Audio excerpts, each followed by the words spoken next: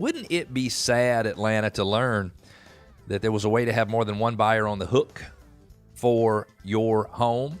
Wouldn't it be interesting to know what you could have done? So if you have, and this is from a listener question, it says, we received 10 offers for our home and have selected one to be our first buyer.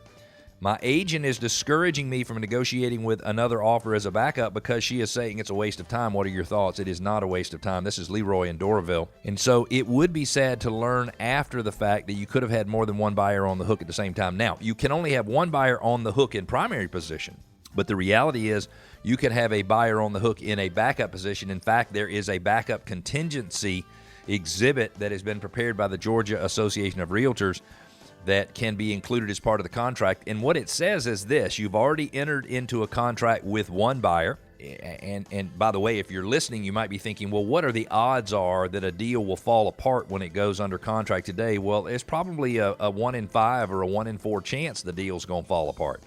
When you get a buyer who has to work hard and maybe gets over eager and they agree to things that are, a higher price or other terms that they weren't interested in, they might choose to terminate during that due diligence period. So the backup offer or the backup agreement says this agreement is in secondary position behind the primary agreement, which is this agreement. And it says, as the buyer, I can terminate this backup agreement at any time, but if I do not, and you give me notice that the first position agreement has gone away, then I agree to move, or the contract that we have, the purchase agreement that we have, moves into first position. So, Leroy, it is almost always worth having a backup agreement in place, even if the only reason is so that you can tell the primary contract you have a backup. Because, Leroy, picture this: if you were in primary position and I told you we had a backup agreement in place, would you be more likely or less likely to cause problems as the transaction moved forward?